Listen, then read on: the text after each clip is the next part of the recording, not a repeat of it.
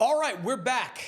Chris Mannix, Sergio Mora. He is the fighter. I'm the writer. Back here in Los Angeles. Haven't seen you in a little while, Sergio. You're looking My skin's glowing. a few pounds lighter these days. Actually, I'm heavier, man. I'm trying to hit 200 pounds. Oh, all right. I'm heavier, lifting You feel weights. maybe a little lighter in the midsection area? I know where you're going. Yeah, I told you dude? to keep that private. I mean, No. yes, if you want to bring it up, go ahead. I mean, it's something that we discussed before. We Chris Mannix, did. and You I. underwent your first colonoscopy. My first and my last, hopefully. I mean, drinking the 4 liters of that prep liquid was probably the worst thing. And I've drank a lot of things. And going to the restroom every couple of minutes, and nothing comes out. But anyway, everything came out successful. My insides are fine. Yes. My rectum is healthy. Thank goodness the Latin snake is going to be fine. So I'm not due for another one for another 10 years. All right. My rectum is healthy. I feel like that should be the title of the show. This episode. My rectum is healthy. I am talking in an a-hole. But okay, all right. On this episode, which we're going to transition to somehow, we are going to talk about the Jake Paul versus Julio Cesar Chavez Jr. card, the main event, of course, but a good undercard as well. You've got Zurdo Ramirez defending his unified cruiserweight championships against Uniel Dorticos. Floyd Schofield makes his return after a pretty interesting last couple of months for him. And Sergio, Deontay Wilder is back, the ex-heavyweight champion, fighting in Wichita, Kansas. You're a fan of Wichita. You've been to Wichita. I'm a fan of Mulvane, yes, Kansas. Wichita is like the capital of serial killers. Okay. That's what I know it of. We have no problem with the Wichitans. No, right here on the a show. lot of serial killers come out of that area. Okay. I'm just you letting watch you know. too many Netflix documentaries. BTK is one of them, yeah. But Mulvane, I was a big fan of. We're a big fan of. One of the first DAZN shows in Mulvane, Kansas.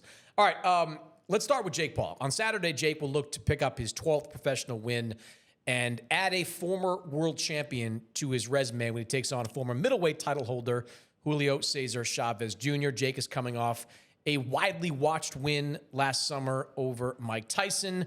Around the same time, Chavez Jr. defeated former MMA fighter Uriah Hall.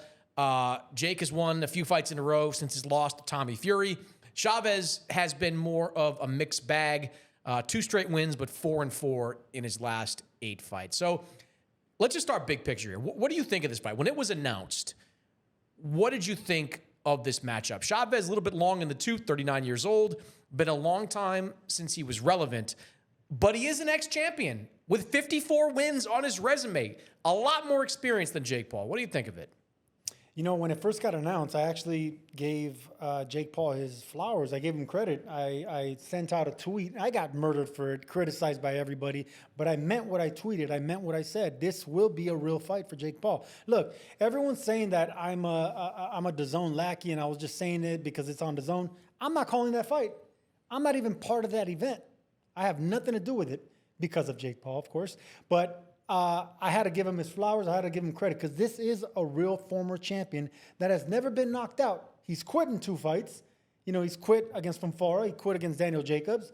He has he's questionable with his conditioning, questionable with how dedicated he is to the sport. You can question a lot of things, but one thing you can't question is his resume, the 62 professional fights, the fact that he's never been knocked out. He's quit in fights, but he's never been knocked out, has an iron chin, just like his father, comes from legacy, well known. This fight will sell, and he's a devastating body puncher.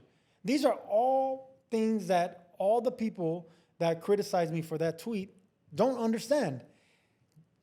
Chavez Jr. can take a big punch. He can give a big punch. That's all that you're gonna need against Jake Paul, and he's gonna have the size. He's gonna be the same size or even bigger than Jake Paul. So he has that going for him. And it's a 10-round fight. This isn't going to be no Mike Tyson 58-year-old 2-minute rounds where you're taking it light. No. This isn't going to be a Tommy Fury type fight where Tommy Fury never faced a real fighter with a winning record. This is going to be a legitimate fight for Jake Paul. And I give him credit for only having a dozen fights facing a former world champion. I don't care how faded he is. I don't care all the negatives. This is a real former champion going down on his resume. I give him credit for it. I think it's going to sell well. They put it in a perfect location. in Anaheim, where you get a nice mix of different demographics. You get the Latino, you get the Caucasian fans, young, old, real boxing fans, and everyone else. I think this is going to be a successful event, and I can't hate anymore. I cannot hate anymore on Jake Paul. Look, we'll acknowledge the obvious with Chavez Jr. in that it has been a long time since we considered him a viable threat at whatever weight class he was fighting in. The Sergio Martinez fight was 13 years ago. The Canelo Alvarez fight was 8 years ago. Since then, he has fallen on some serious hard times. He has not taken his training as seriously as he has or should, and that was an ongoing problem for him even at his best. And he's had, admittedly, by his own admission, issues with drugs and alcohol over that time. And that's led to some pretty ugly performances. You had the Anderson Silva loss. Like, he lost to a guy that Jake Paul beat.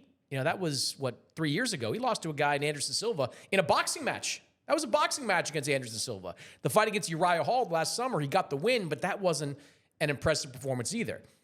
All that being said, I think people are really sleeping on Chavez in this matchup. When I go on social media and I see the responses to Julio Cesar Chavez Jr., it's just a lot of another sideshow for Jake Paul. Like, this is being compared to what Jake had against Mike Tyson. There is no comparison to that. Mike Tyson was 58 years old. Chavez Jr. is 39. Mike Tyson had not fought in a real fight in decades. Chavez has not been the most active guy over the last few years, but he did fight last summer around the same time that Jake Paul did. The question I had coming into this fight week was, what were we going to see in Chavez? Were we going to see a guy that was struggling to make even the cruiserweight limit? Were we going to talk to a guy that just didn't seem to have the fire, that was just there for a paycheck? I was around him a lot this week, Sergio.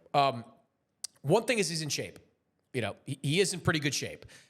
It's a weight class that's not his natural weight class. I mean, he was a champion at 160. Now he's up at 200. But he's in pretty good shape. And I've had a couple of conversations with him. He swears to me that he's motivated, like that this fight means something to him. Right? I believe it. Look, partly it's because, if he loses to Jake Paul, it's going to be hard to go back to Mexico. It's just really hard to go back to Mexico with any kind of dignity if you lose a fight like this. And that's part of it, too. One thing we talked about was the reaction that he got in the aftermath of quitting against Daniel Jacobs. You were there for that fight. You remember that moment, right? He got stuff thrown at him in that ring in Arizona. I had to dodge some of those cans. We had to dodge some of those cans. And I remember how disappointed his father was. I mean, it's like a meme now where the great, Julio Cesar Chavez has his face buried in his hands in embarrassment that his son quit like that. It was a terrible night. And he quit against Fonfara as well. He quit on the stool against Fonfara. So this is a man that's never been knocked out, but he's found a way out twice because when the going got tough against Fonfara, a naturally bigger fighter that he couldn't dominate, he quit. And against Daniel Jacobs, who I'm familiar with, I fought him twice. I know how big he is, how strong and powerful he is, and how good of a boxer he is. Athletic, strong, big, all the above. That's why he quit against Jacobs as well. So you can question a lot of things of Chavez Jr. His conditioning, his motivation, his hunger for boxing. But you can't question his chin, and you can't question his body punching, that Mexican liver shot that he got from his dad. So I don't care how many people criticize him, how many people are gonna throw him under the bus. He's a legitimate threat to a guy in Jake Paul who has technically only faced 2 professional fighters in a dozen? He was. All the rest are basketball players, football players. Well, no, 3. He's 1-2 against 2 guys with glossy records at cruiserweight that were actual boxers. Ryan Borland, Andre August, those were actual boxers. Glossy's a euphemism. You're using your fancy words to hide the glossy truth. means good. I know it does. Why don't you use a bad word for it? Because glossy's not a good word Glossy's the exact right word. No, for it. he has a terrible record against guys. I'm saying the guys he fought, Andre August and Ryan Borland, had glossy records. They were not very good. They both got knocked out in the first round. Tommy Fury you know, he's the one guy that beat him. You would consider him a true boxer because Tommy's been boxing for most of his life. I would argue that Chavez Jr. is better than all of them, considerably better than all, even at this weight class, even at this stage of his career. I've seen some of the footage of Chavez in training camp. I'm not expecting him to go out there and look like his dad in his prime. He's not fast. He's not especially quick. He's never been that quick on his feet either. But he's strong. He's a good body puncher, and he's experienced. Those 54 wins matter. This guy's been in the ring. Granted, it was 10 plus years ago, but against Sergio Martinez, went 12 with him, almost stopped him in the 12th round of that fight. Against Andy Lee, against Canelo Alvarez, against Brian Vera. Okay, Just against had to throw him out Brian Vera as well. Yes, the guy that cleaned your clock twice. I got robbed twice against him. Don't go to Texas and fight Brian Vera. I think people are sleeping on him, man. I do. I think people. They're not sleeping on him. They gave up on him. But I think people are being too dismissive of Julio Cesar Chavez Jr. here. I think what Jake Paul has done has been pretty remarkable for a guy that had no amateur background to speak of, came into the pro ranks and has made a big name for himself. But Julio Cesar Chavez has real natural talent, and he's going to be better than anyone that Jake Paul has faced up until this point. Real natural toughness before talent. He's a plodding fighter. He's definitely not cut from the cloth of his father. His father had upper body movement. His father would roll with shots sometimes. His father set up the power shots. He had a strong back where he could stay in the pocket and dig to the body. Chavez Jr. has a strong back as well. So there's little hints of where he picked up, some great things and great qualities from his father, but ultimately he doesn't have his father's skill. I mean, his father is an all-time great, not just Mexican fighter, an all-time great champion, a fighter, boxer of all time. Chavez Jr., rode those coattails. He won a world championship. He legitimately won a world championship. Yeah, no, he did. He legitimately beat a world champion. Yeah. And Andy Lee was probably his best win. I'll be honest with you. It wasn't Martinez. He didn't beat Martinez. Well, Andy Lee was his best win. It was his best one. Yes. But I remember that fight with Martinez where he knocked him down and he almost knocked him out and whatever. That's all I have in my head. Andy Lee was his best win. I give him credit for that one. Oh, got Peter Manfredo too. Share that one. I share that one as well. Yeah.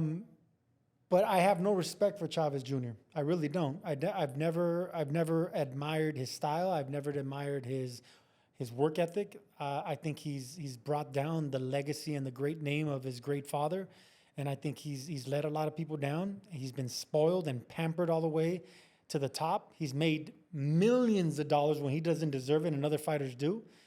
And he's gotten opportunity over and over and over again, even after letting people down, coming overweight, being overpaid, and quitting. And he's still getting these opportunities. Why?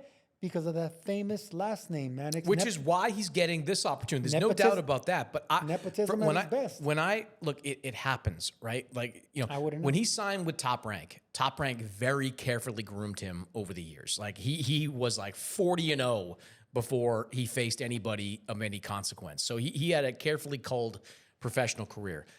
But one thing I've gotten off him during this week is that he's viewing this fight as at least a pathway to some form of redemption. He's not going to get all his fans back. He's not going to redeem himself on the eyes of the fans of his father. But if he can beat Jake Paul and beat him convincingly, maybe don't think quite so much about quitting against Daniel Jacobs or against Fanfara or that terrible performance against Anderson Silva. Like, I think the point is, I think he's coming into this fight with the right approach, with the right mindset. I promise you, Julio Cesar Chavez Jr. is not just here for a payday. He is not just here to collect a check and to get whitewashed by Jake Paul over 10 rounds. He's coming to win. He may not win. Jake could turn out to be even better than maybe people generally think, but he's coming to win, and I think it's going to be a competitive fight.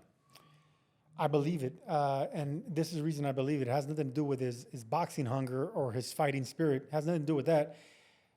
Chavez Jr. is big on social media.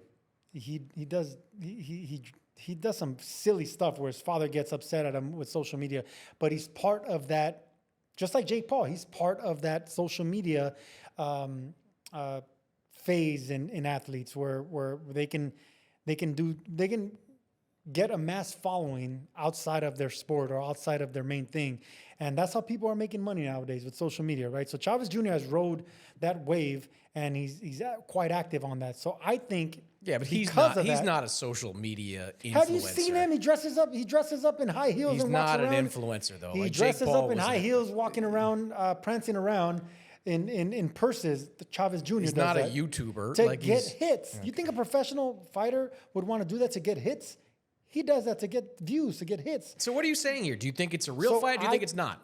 Man, it's a real fight. I stick by that. But I also understand that Chavez Jr.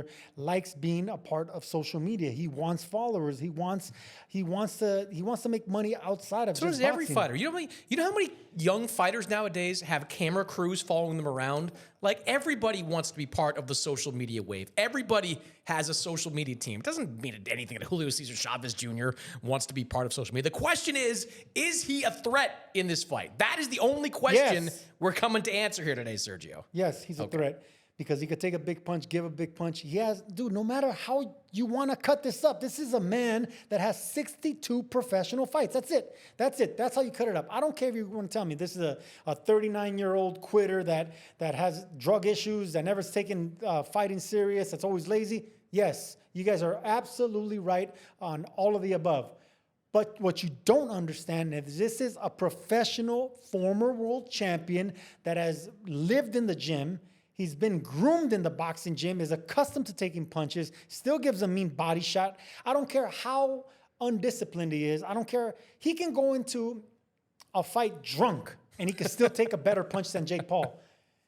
You can't teach taking a punch, Mannix. This is where Jake Paul is going to fall victim to. This is where he's going to realize professional boxing is a real thing. Paul hasn't got really hit cleanly to the chin by a real professional fighter. He hasn't been hit to the liver by a real professional fighter with real professional technique and skill and power. He's going to discover that come Saturday. He's going to get hit, and he's going to get hit to the body. He's going to get pushed back. He's going to land punches that aren't going to have the same effect because he's landing punches on a professional fighter that's accustomed to getting hit. All right, so if Jake Paul can knock out Chavez Jr., I'm telling you right now, I will praise this man till the day that I die, because from what he's done from the beginning as a joke, as a circus act, to beating a former champion and knocking out a guy that's never really been knocked out in 62 pro fights, I will shake his hand. I will go on record and say, you know what? You shut the Latin snake up, Jake Paul. Thank you for everything you did, bringing new fans to our sport, and I take my hat off to you. VADA testing for this fight as well. People have been kind of clamoring for that with some of these events. There'll be VADA testing, both these guys being tested in the build-up to this fight. Who asked for that, by the way? I don't know who asked for it. It's been happening, though. Because I saw the face-off that you guys just did, Yeah. and it was Chavez Jr. actually accusing Well, Chavez Jake Jr. Paul had some stuff to say VADA. about Jake not having VADA testing for the Tyson fight. Jake had stuff to say about Chavez apparently asking for a therapeutic use exemption of testosterone for this fight. So there's a lot of back and forth between these two guys. I think Chavez Jr. is probably the one that insisted on the VADA testing, because if you really look down into it, Chavez Jr. might fail a VADA test, but it ain't going to be PEDs. It'd be marijuana or some kind of cocaine or We got drugs to take or something. marijuana off that list. I hope it needs to come off that list. No, but I mean it should. Like, I know Keyshawn Davis once had a all right, test. It'll be one of those things. But when it comes to the PEDs that matter, that are gonna enhance your performance, those are the ones that Chavez Jr. was thinking about, and those are the ones that people sometimes question fighters like Jake Paul. All right, let's talk about the co-main event, because it's also a really good one. Gilberto Ramirez, the unified cruiserweight champion, he will defend his titles against Uniel Dorticos, the former title holder. Been quite a run for Zerto at cruiserweight, 3 fights, 2 world titles. Now he must defend them against Dorticos, the KO Doctor. Great nickname, the KO Doctor. You were the decision doctor, Sergio, in your day. How big a threat do you think Dorticos is in this fight? Dorticos was a threat in the World Series of Boxing if you rewind 4 or 5 years ago. That's longer. I mean, you got to go back. Try to be, politically correct. No, he's back. That was at least 6 years. All right, at least half a dozen years ago, yes, he would have been a threat when he was facing the best cruiserweights in Gusiev and Briedis. Gassiev. And Briedis, but not at 39 years old. Not at this stage. 39 and we think 39. Like he's listed at 39. You know never these know Cubans. with these Cubans. You know these Cubans, never man. know. You gotta like cut them down the middle and look at the rings like they're a tree. Like the Luis Ortiz stuff, the Guillermo Rigondeaux stuff. Now you get Dorticos. I've seen him. If he's 39, he's an old 39 sitting there on the at the dais. Yeah, and that's always something that people are going to question in boxing because they're coming from a country where you can't really ask for paperwork. You know, they're coming here illegally, and they're great boxers in Cuba, but they stick to the amateur style, and they never really evolve into the professional style. And then when they do come to the States, they don't pan out as pros really because of their A lot of them do. I mean, they don't turn to stars. I think that's probably true. I mean, they're stars as amateurs, winning gold medals, but when they come like here, they win titles. Like Rigondeaux won titles. Yuri Gamboa. They lack discipline, Mannix. They lack discipline. I get that, but keep it on Dorticos. Like 6 years ago, he was a pretty good fighter. His last big win came against Andrew Tabiti in that World Boxing Super Series. The only 2 losses on his resume are high-quality ones. He got stopped in the 12th round by Gassiev in what was a pretty good fight. Then he lost, I think, a split decision to Maurice Briedis, who at that time was, the number 2 guy after Alexander Usyk at cruiserweight. So his resume is pretty good. I think the question coming in is, has time passed him by? Like Zurdo is young. He's in his prime. He is seemingly peaking right now as a fighter. And he's got a great chin. That's the other part of it, too. Dorticos has got great power with that right hand, but Zurdo has not shown that he can be hurt, even at this weight class, against good punchers like Arsem Goulamarian, who he won 1 title from, his last fight against Chris Billum-Smith, even his first fight. Joe Smith was a blown-up light heavyweight, but Joe Smith could crack, and Zurdo seems to walk through all this stuff. And I look at this fight. I've watched these guys a little bit on film. If you can pressure Dorticos and keep him on the back foot, he's going to have problems. And that's what I think Zurdo is going to do. I think he's going to be a front foot fighter. He's going to keep turning him like he did with Billum-Smith, using that excellent footwork, which is even better at this weight class. I think if it becomes a mid-range fight and Dorticos lands a couple of those right hands, maybe we have something there, but I think this is a fight that Zurdo can look really good in on Saturday. Zurdo's had 3 straight unanimous decisions against 2 cruiserweights that are naturally bigger. That's CBS is one of them. Goulamarian, big, strong fighters in a weight class that he just moved up to.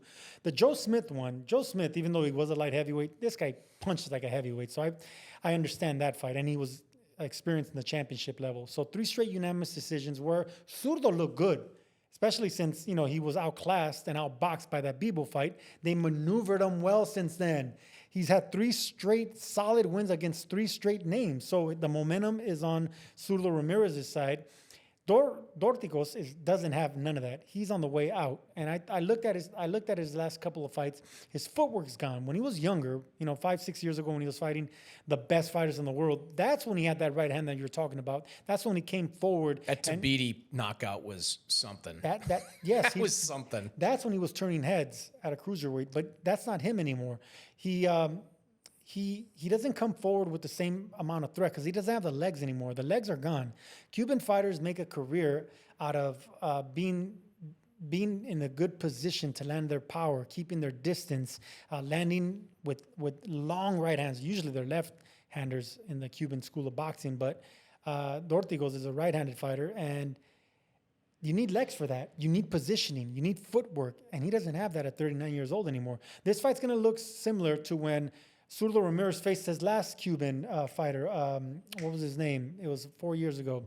Older fighter. Yeah, 175. Yeah, older I'm fighter. blanking. It's going to look similar to that. Body shots and uppercuts are going to be the demise of Dorticos because when you don't have your legs and you're coming from the Cuban school of boxing where everything's behind that jab and that distance, you need leg strength. You need footwork. You need maneuvering. You need to learn. You need to move laterally. If you can't move sideways and around the ring laterally, you can only go front and back. It's a matter of time before the naturally bigger, younger, stronger fighter, well, maybe not stronger, but bigger and younger guy's gonna push you back and mow you down. I think that's what happens with Surdo Ramirez. Yeah, Unieski Gonzalez. The last Cuban he fought, knocked him out. Knocked him out in the 10th round of that fight. Fun fight for as long as it lasts. I'm with you. I think Zurdo does have to be careful of that right hand. The last thing to go in any fighter is power. We've seen even with Cuban fighters, someone like Luis Ortiz, the power is still there late in your career. And I think Dorticos can still summon it if he's given the right opportunities. But if Zurdo applies pressure the way he has for all of his fights, especially the most recent ones at cruiserweight, I think he's got a chance to come up with a pretty big win in this fight. Before that fight, we've got another incredibly fascinating one in the lightweight division. Tevin Farmer, the former 130-pound champion, who has lost 3 fights in a row, albeit all to high-level competition at 135. He is going to take on Floyd Schofield, who we have not seen since that bizarre situation in Saudi Arabia where Schofield fell ill early in fight week, claimed he was poisoned, backed out of the fight against Shakur Stevenson. Now he is back in what I think is a really tough fight against Tevin Farmer, one of those guys whose record is not indicative of the quality of the fighter that he is. What do you think of this fight? What do you think of Farmer against Schofield? Schofield's in for a long night. Tevin Farmer is probably one of the most resilient former champions that I've studied.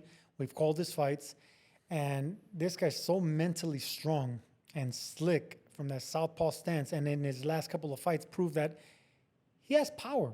I mean, maybe not power. He has strength in the punches when he sits down on them. And maybe a little power, too. Like That's what I'm saying. Put Zepeda down that first fight. I don't like this fight for Schofield. Schofield got dropped in his last fight against Giron, right? And he's going to have a lot to prove. I just think this is a bad matchup for a fighter in Tevin Farmer that quite easily could have won his last 3 fights against unbeaten opponents. Strong, bigger, offensive-minded, come-forward Mexican-style fighters. He's handled them. Why? Because Tevin Farmer not only has that experience, has that southpaw stance, has that speed, hard to hit, has faced some of the biggest punchers, some of the best fighters, and he has momentum. He's been active. I think that's where it's going to come down to, activity. You know, if you look at Farmer's resume, he's been active in the last, 15 months. He's fought 3 times against 2 undefeated, highly ranked fighters. You know, and Schofield on the other hand, he suffered against Giron in his last fight. He got dropped against a fighter that shouldn't be remotely. C-level performance is how he described it afterwards. There you go. And then add the fact that he has all this negativity going his way from the Saudi thing that you just mentioned, all the things that he has to prove.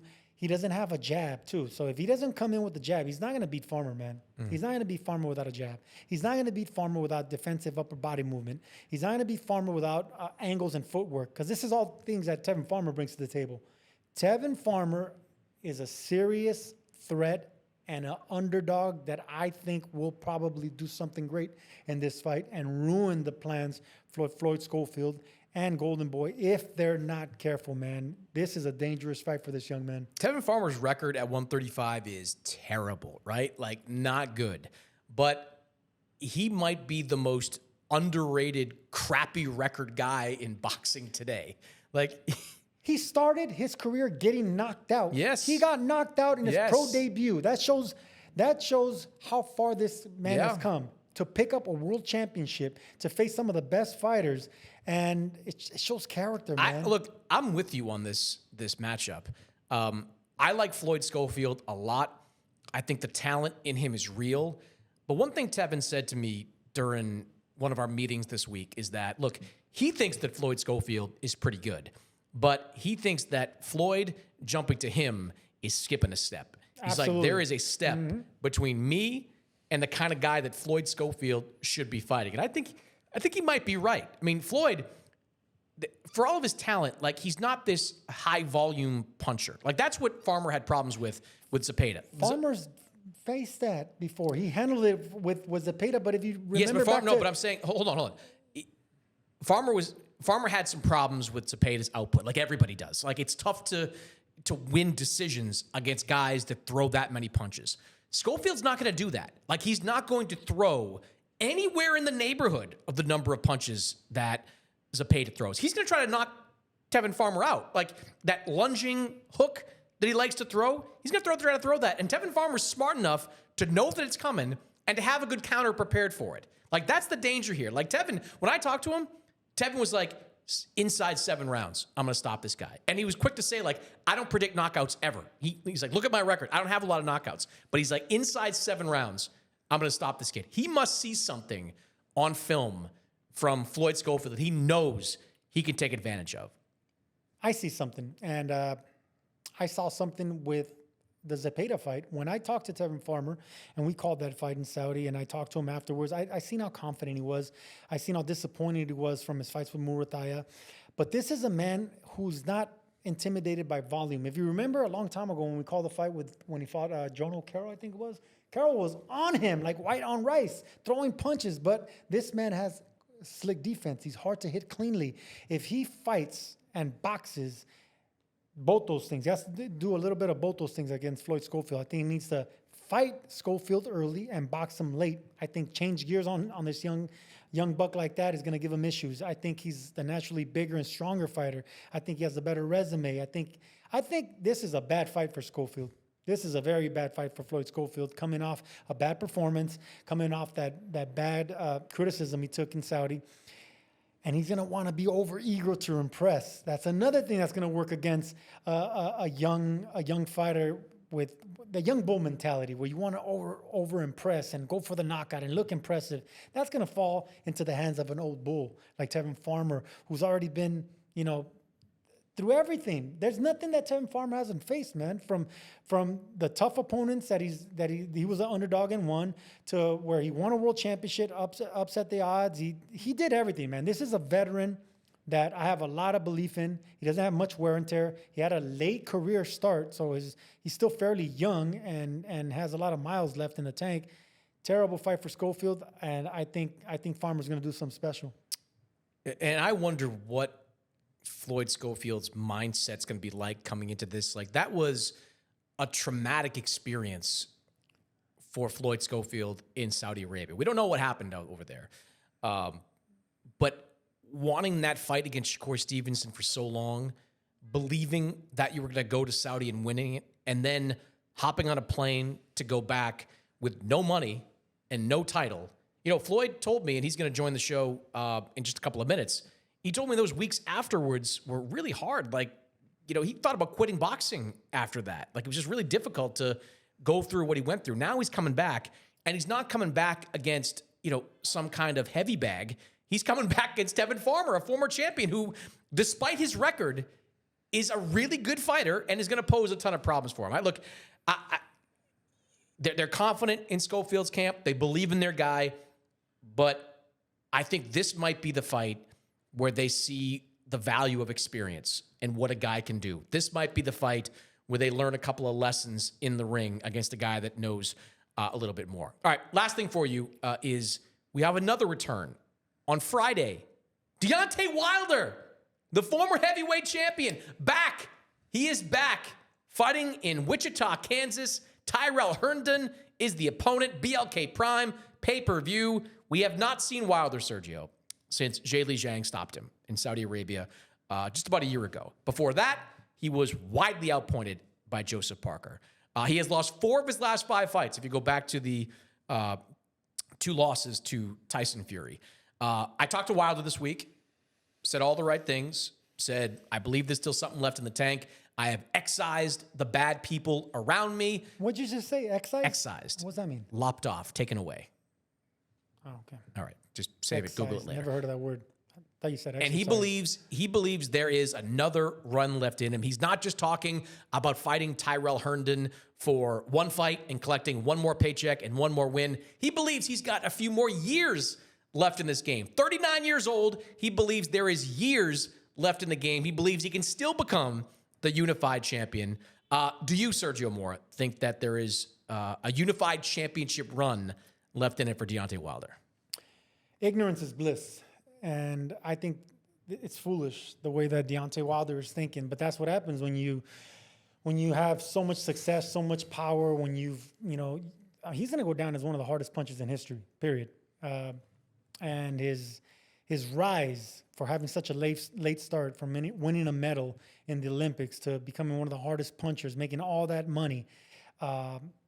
So yeah, life has been good. Boxing has been good to Deontay Wilder, but now Deontay Wilder is going to realize the flip side of boxing, especially boxing late in your career. Boxing after you've been knocked out 3 of your last 5 fights, like you just mentioned, and knocked out the big stage, knocked out brutally, beaten down, not just first or second round knockouts, beaten down, and late into fights, and knocked out, and embarrassed, and oh my God, all of the above.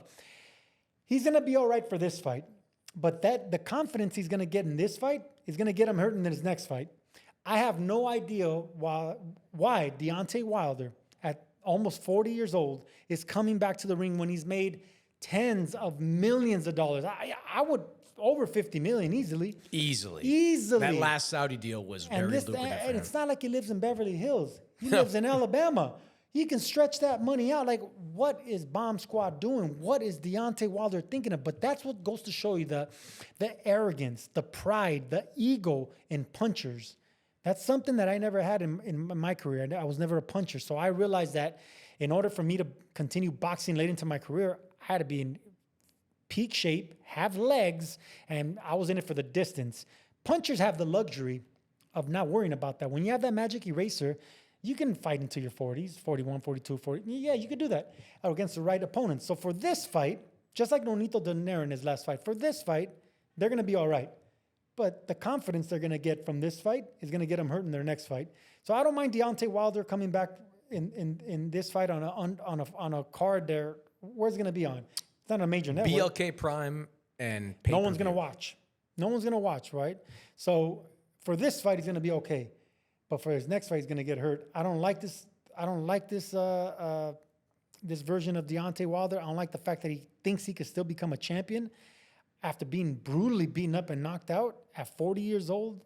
It's going to end bad for Wilder, who like I said, had a late start, a meteoric rise, but now the downfall is going to be even worse. So one of the questions I had for Wilder this week was like, what is the motivation? Money right now? It's money, Mannix. That's all it is. It's not pride or ego. It's money, which is unfathomable. But he doesn't.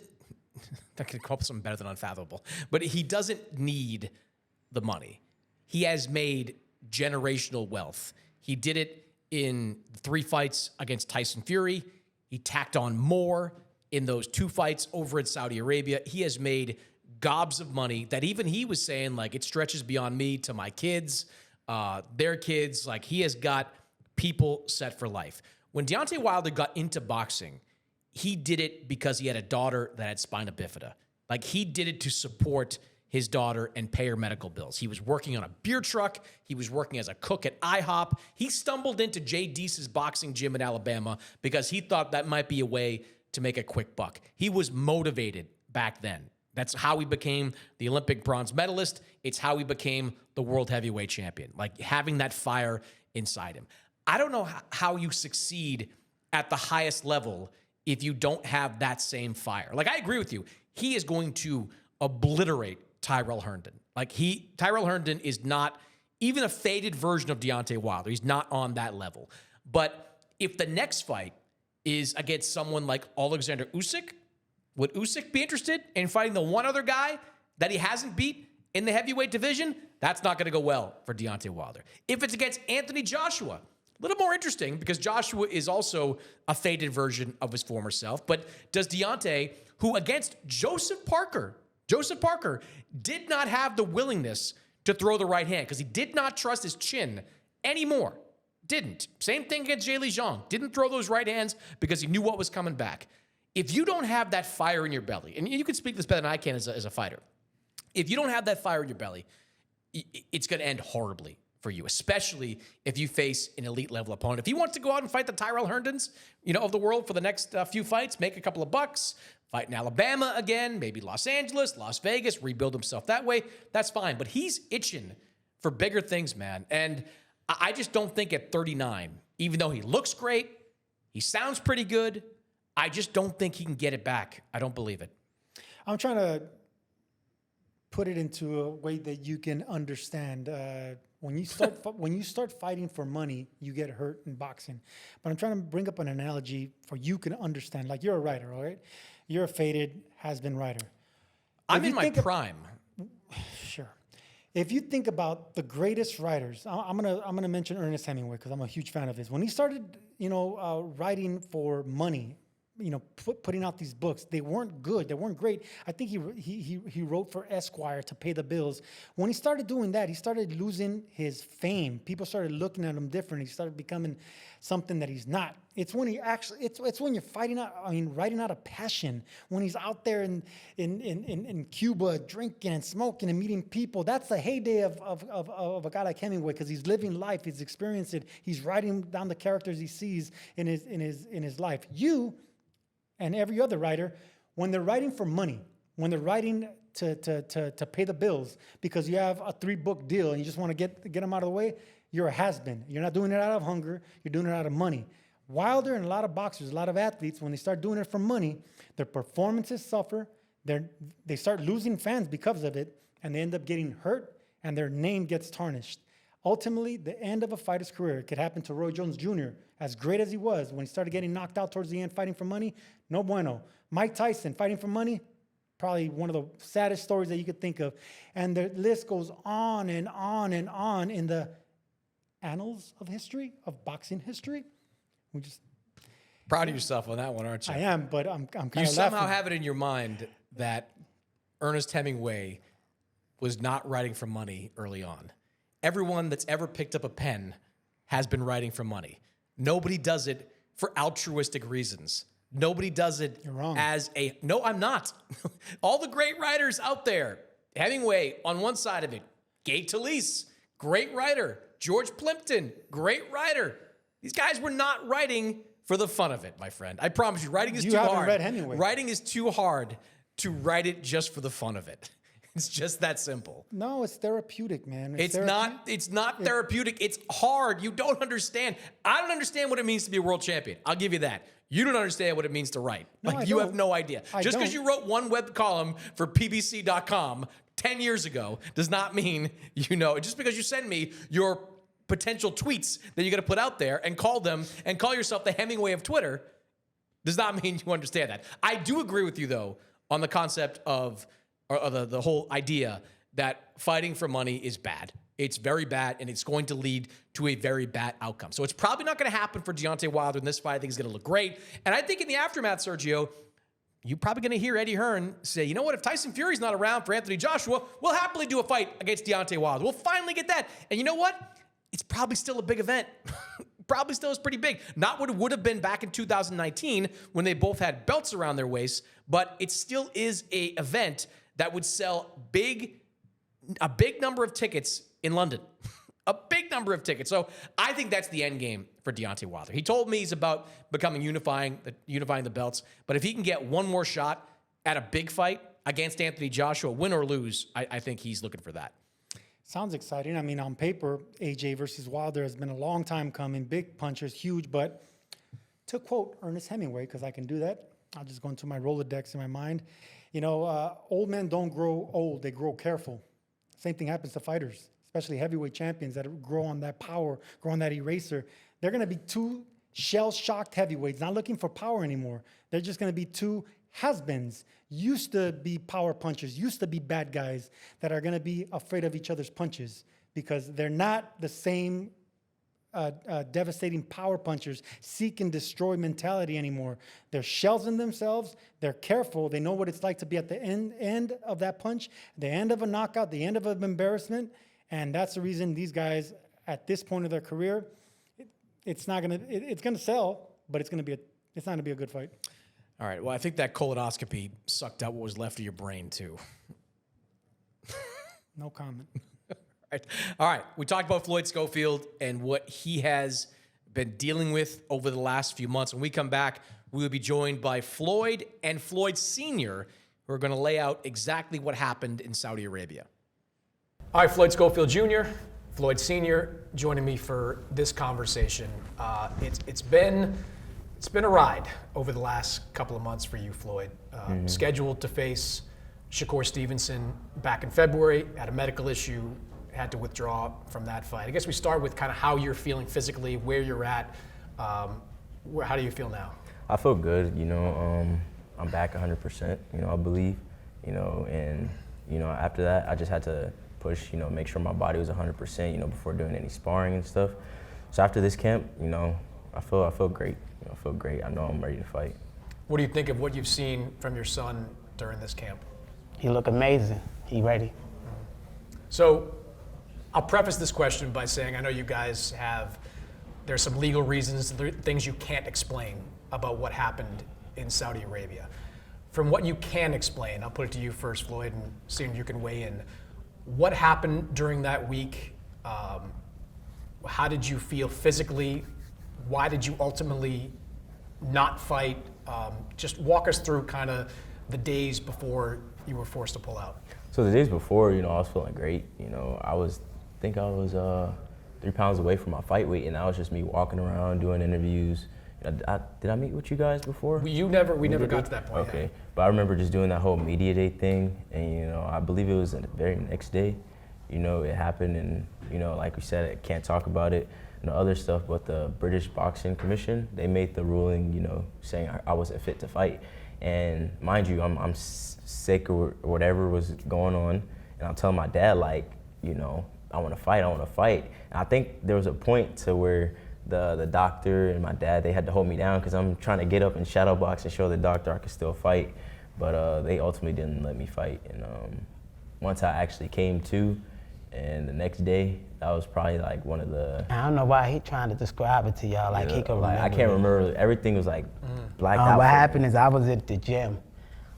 Really, we're not even supposed to talk about it legally, really, because it's a lot, but he was poisoned. It just flat out is what it is. They tried to say it was some mushrooms that was put in his room service thing, but the toxicology report says differently.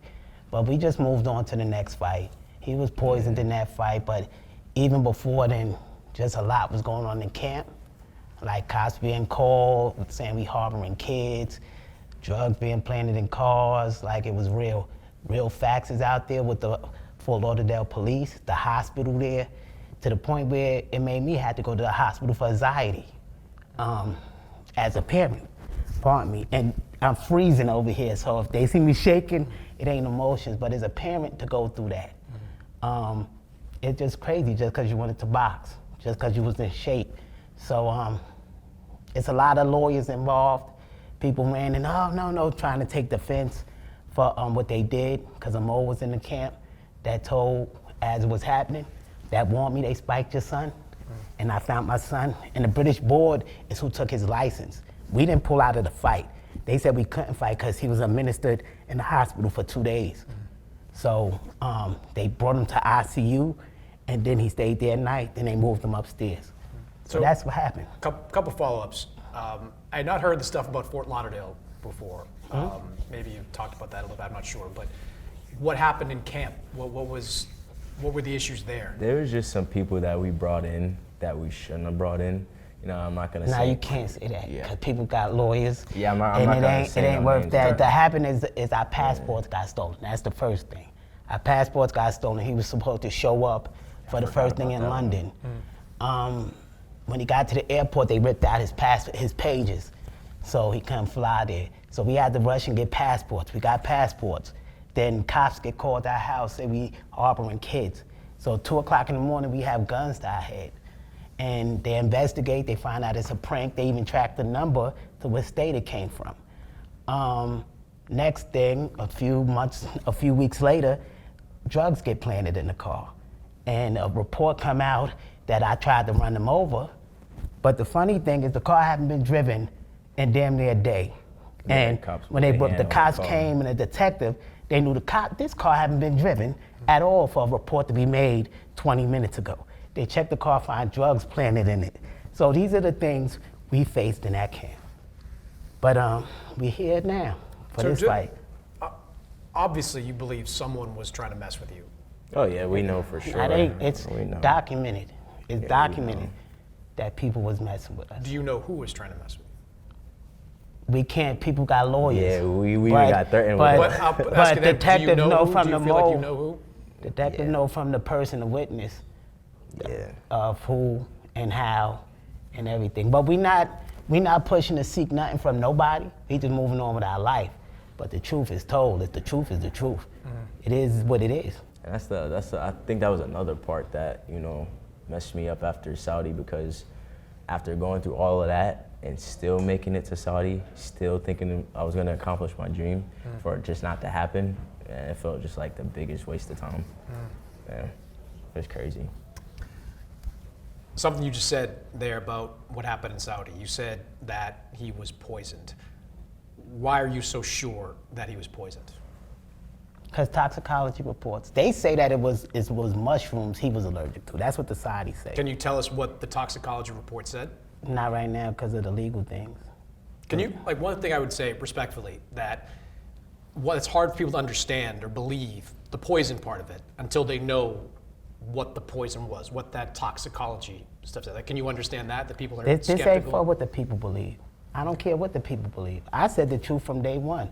When they poisoned my son as a parent, the people told me, you bugging. So I don't care what the people believe, because I was by myself in Saudi. I had to get my son out of there by myself. So I don't care what people believe, because my son could have died. No people was there when I was in the hospital room crying. Where was those people? So I don't care about people no more. When you try to live for people, that's when you ruin your life. Just live for yourself. We live in our dream. Tevin Farmer's the next step up. We loving it. We put behind us what happened in Saudi. The Saudi people are good, and they don't want that to reflect on their country on that one incident. So that's why they want us to leave that topic alone also. I asked you if you knew who messed with you in Florida. Do you have a theory on who messed with you in Saudi Arabia? Anybody could have a theory, but we know that the people that done it knew they were scared, and for some reason they were scared. They didn't want something to go down.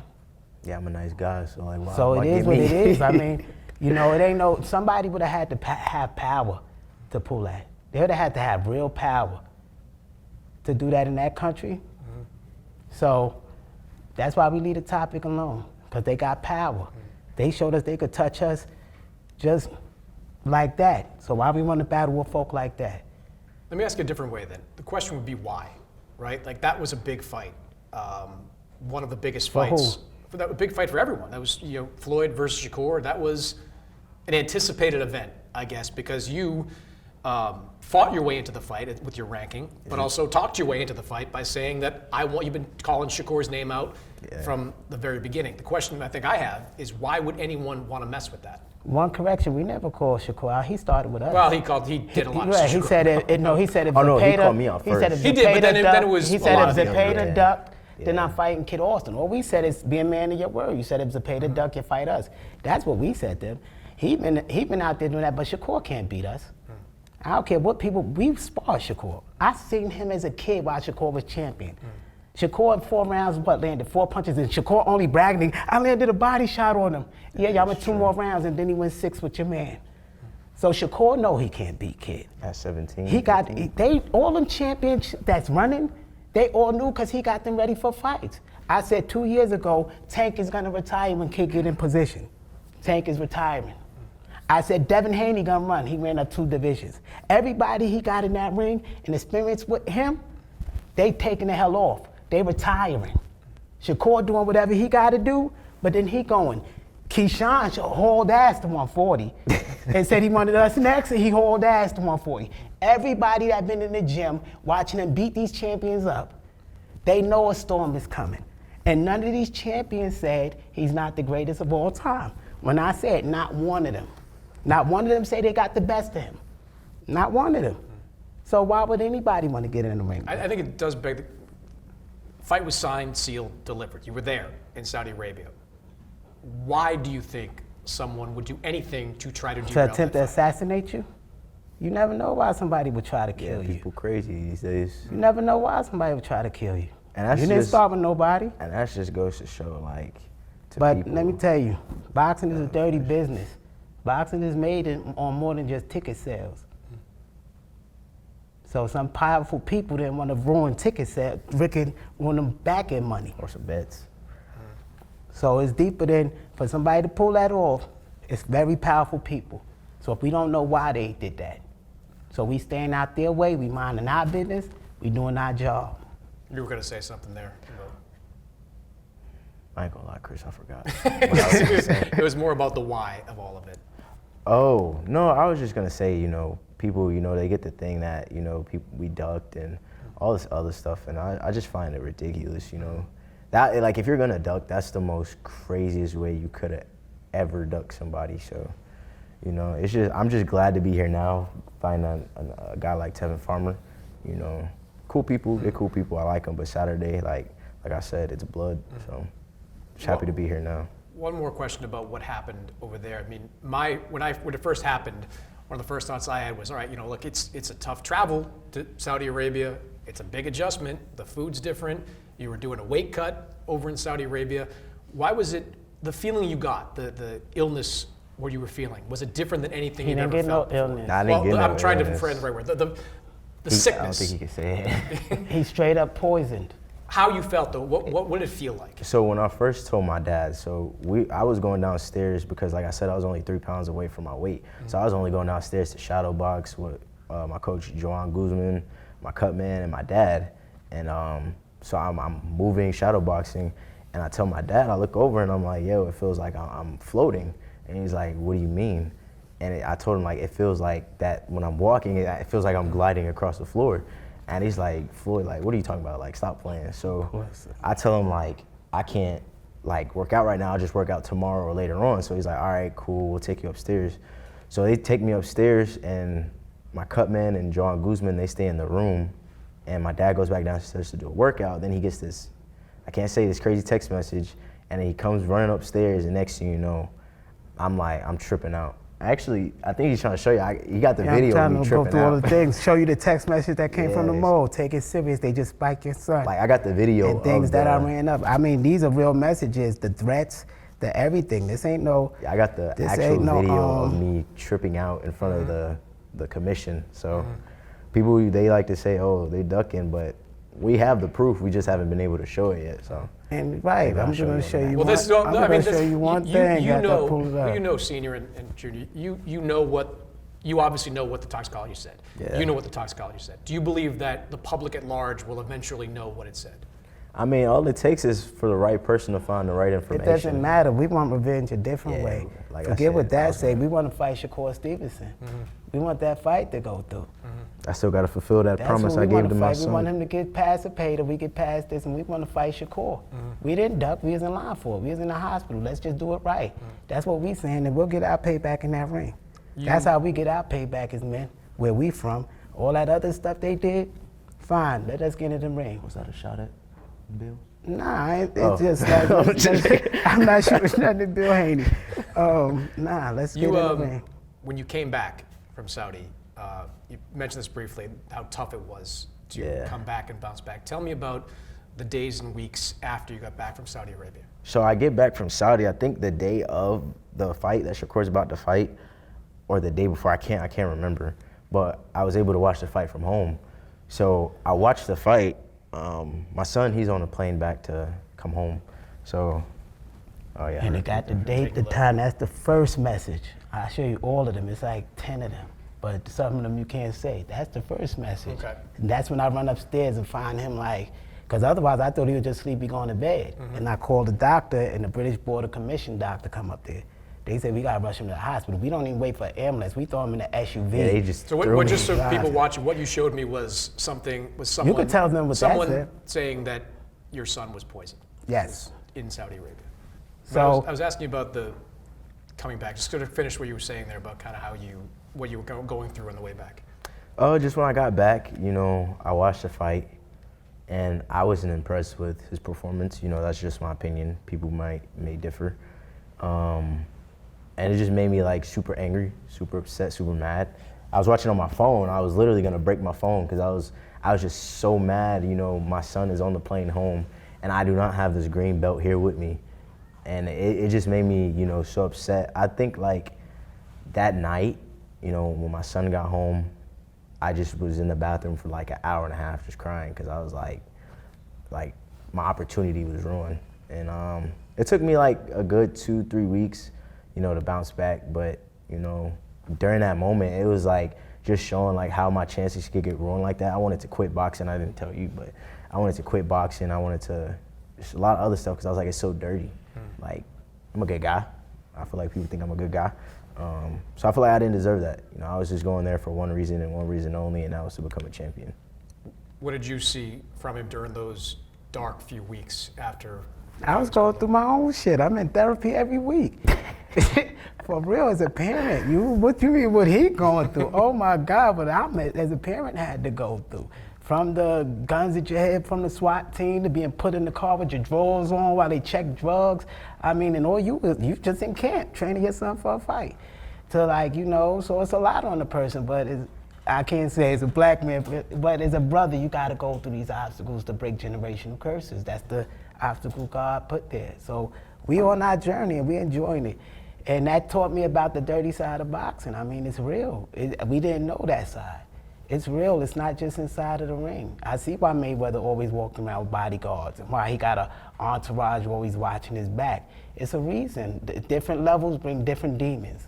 And they come and fly. Were you surprised to hear him say that he thought about quitting boxing? No, I thought about that shit too. I mean, they stole $1 million right from under us. They spiked my son right in our room.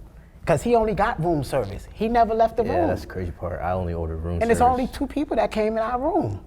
So it's like they was able to touch in Florida and there. It's like, yo, this boxing is bigger than you think. And as a young fighter, you know, you just got to know certain levels. And at the end of the day, you're still a slave in master house. You're still gonna get whipped if you go a certain way. And that's the truth as a brother. So you gotta know your role you gotta play. And that's a breadcrumb for anybody coming up. Know your role. You can make money, but know your role. When you get too big, they try to punish you. And we ain't the only boxers they did that to. It ain't like we don't got the talent. Just know it ain't your time yet. Sit still. You're back now, and you want Shakur, but you've got to go through Tevin. Tevin Farmer first. What did you think when this matchup was brought to both of you, and why do you believe you're going to win it? Well, when it was brought to me, I was excited, you know, because I'm like, okay, finally, I get an opponent like Tevin Farmer. You know, he had 2 close fights. Well, I want to say 1 close fight was a Peta, and I watched the Mortaya fight last night. I would have gave it a draw, me personally, because it was just back and forth, and Tevin got tired towards the end. But I'm excited to be coming back fighting Tevin, and I feel like I'm not getting enough credit because, like I said, I haven't been fighting guys, you know, on Tevin's level. We gotta give it to Tevin. He's a skillful fighter, great fighter. You know, he has experience, and I'm coming off, you know, guys like Renee and you know my past opponents, but I haven't fought since November, and I haven't fought nobody of that caliber. So I'm coming back on I'm supposed to be having a tune-up fight, and I'm taking that against a Tevin Farmer. So, you know, I feel like it's gonna be a great night Saturday. It's gonna be a great night Saturday. Yeah, a young mind see it that way. I think that like that's some bullshit. Y'all, this our first fight off the bench. Y'all gonna give us a 2-time world champion. And you just said earlier in the day, you said you're Tevin's biggest fan. And if we turn it down, if we turn it down, the contract extends, and we're there in our contract. So you're gonna either take the fight, you know, it's different things in business. It's business. Business is business. But to me, at first, it was like it's bullshit. Yeah, I told him it didn't matter. We gonna fight a world champion. Who else fight a world champion straight off the bench off a leg and never fought a champion before? To me, it's like, oh, it's a setup. So it's like, all right, let's step up, son. Let's do this. This is our moment to show the world we great. So that's, to me, it's like God prepared a table for us around the people that think they set up some bullshit. So when we stop this guy, then now he's on top of the world. Now he's in line. So I that's feel like what we he's gotta prove. underestimating me. Yeah, he is. I feel like he's really underestimating me. And I mean, it's cool, you know, with the level of experience he got, you know, when he was having his first fight, I was probably, I was young, 2011. So I feel like he's underestimating me, and I feel like that's going to be his biggest mistake. He don't know the fire we came through to get here. He don't know the power of, like, I gave my son a promise. My dad knew before I left, I couldn't get that green belt from coming back with this continental belt. And never underestimate the power of love, you know. Well, guys, good to have you back. Floyd, great to have you back in the mix Thank you. once again. Going to be a great fight on Saturday, man. Thanks for joining me. Appreciate it. All right, Sergio, it is time now for our picks. As always, brought to you by DraftKings. DraftKings is the official sports betting partner of the fighter and the writer. And right now, all new customers can bet $5 and get $150 in bonus bets instantly. Download the app and use code DAZN when you sign up. That's DAZN. When you sign up, the crown is yours. So let's start with the top of the card on Saturday, Jake Paul against Julio Cesar Chavez Jr. You and I both agree that this is going to be a much more competitive fight than a lot of people are giving it credit for. But who do you think comes out with the win? Chavez Jr. has to win this fight. I don't see any way Jake Paul wins this fight. I think even if Chavez Jr. comes in, half in shape, it should be enough to beat Jake Paul. There's going to be a 10-round legitimate fight against a former champion with over 60 professional fights. This isn't going to be a 2-minute round against a 58-year-old. This isn't going to be a fighter with a terrible record that's hand-selected opponents. This is going to be a real fight against a has-been in Chavez Jr., a has-been that can still take a big punch and give a big punch. I like Chavez Jr. in this fight. I can't believe it, but I'm going to agree with you.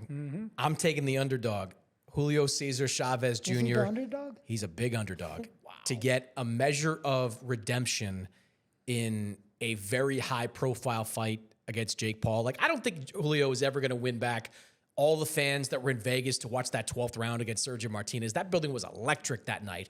But talking to him this week, like the motivation for him is there. He's not just in this fight to collect a paycheck. I don't think he believes that there's a path to a world title waiting for him, but I think he believes that if he is able to beat Jake Paul, he can get some of those fans to come back. And I think he looks at Jake Paul and has studied Jake Paul. We've talked about a little bit about how he's going to approach this fight. I think he believes he's got a formula that's going to beat him. I think it's going to be competitive. I think Jake is pretty good too, especially in a fight like this.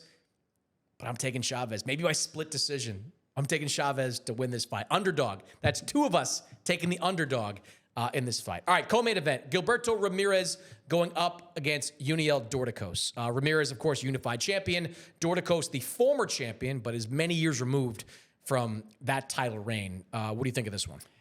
I like the way Cerullo's been maneuvered, especially since he's moved up to cruiserweight. I like the footwork.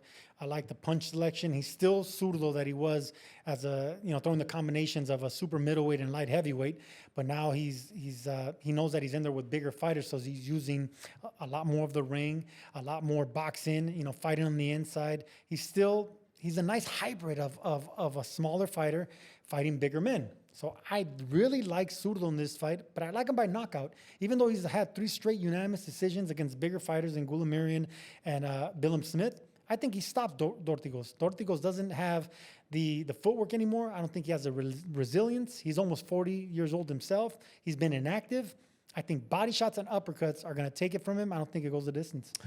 I like Ramirez too. I think he's been excellent at cruiserweight.